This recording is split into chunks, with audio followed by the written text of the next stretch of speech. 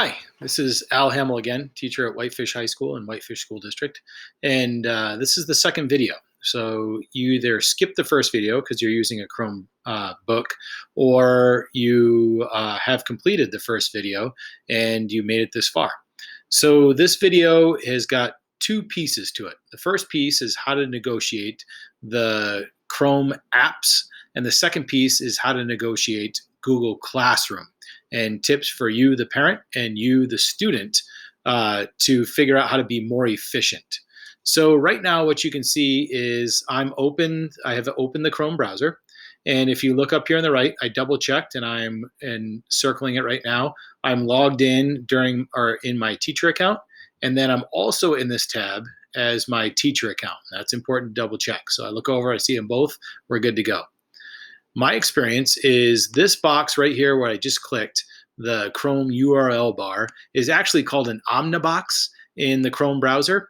And students, when they go to look up their Gmail or they go to Google Classroom, they'll type Google Classroom, or they will type Classroom, or they will type Gmail in that bar, and it's a waste of time and it's a waste of steps. So if you look over here on the right, where I am right now, I'm circling it, you're going to see a link to Gmail. I'm not going to open mine right now because I have some sensitive emails in there, but students should use that right there to open up their Gmail. In addition, when they want to get to other Google Suite apps, because we are a Google school right now, they should use what is called the waffle. And if you look at it, it kind of looks like a waffle, right?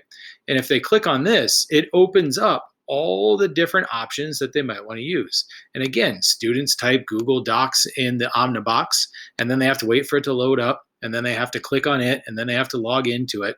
And it's much simpler to just click on one of these apps and it opens directly. Within these apps, the next one I'm going to speak about is Google Classroom. So again, students open up their browser, they log into Chrome, they make sure that they're logged in correctly on both the tab and the browser itself. They click on the waffle and they go to Google Classroom. If they're just starting out for the year and they're new to Whitefish and you've never used Google Classroom before, you need to be aware of this plus sign. And this plus sign allows you to join a class as a student. Teachers have the option to create a class, students do not. So when they click on join a class, they will see a request for the class code. If your teacher is using Google Classroom, which they probably are, they will have sent an email to Gmail to your student under their student account, and they will have a class code. They can copy it, paste it, and then they can join.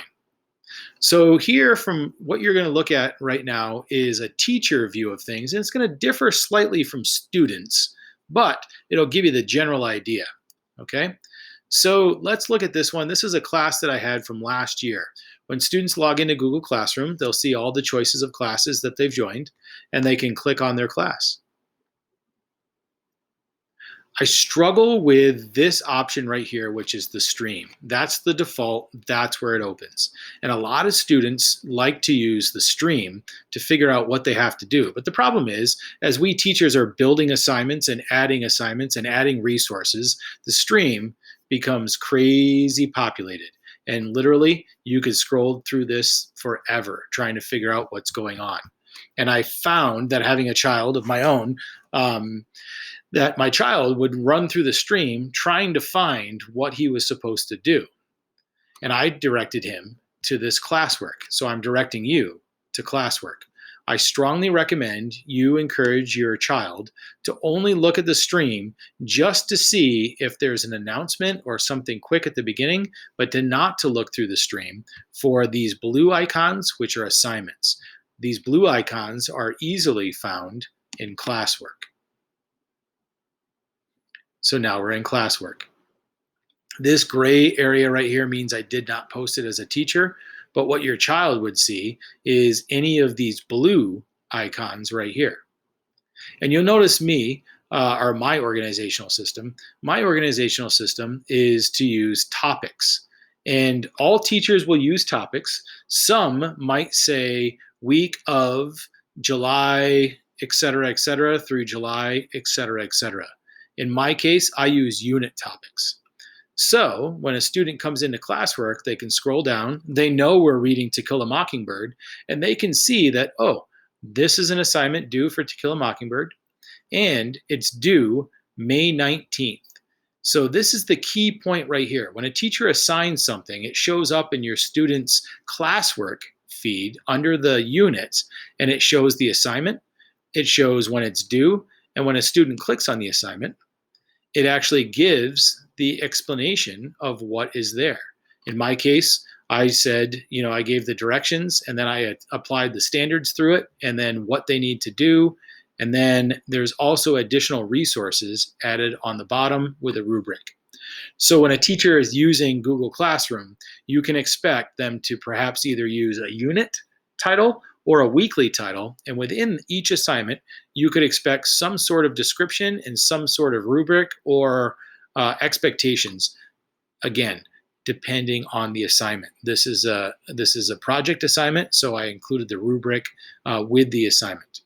Okay, you'll notice here as a teacher, I can see 3 class comments. When students open this up, they have the option of asking a question or posting some kind of critical or criticism or whatever, and I can see those pieces, and they could either help other students or I can make corrections as needed if that's necessary. Okay, so let's look over here on the left because this is the next piece. When you see all topics in a marking period, students will see all the topics listed. They will know that we're working on To Kill a Mockingbird. They will also know that they might have an independent reading assignment, and they will know that we are working on either roots or, as I scroll down, sentence combining, something along those lines. So they can navigate directly to that topic. And when they do that, it opens up. The assignments are there. You can see the due date again in the right corner. You can see the description. You can see the resource that I attached to it, and it's easy to navigate. So I need students and you to understand the best way to navigate Google Classroom is to open the class by going to All Classes, choosing the class, and then using classwork and not the stream.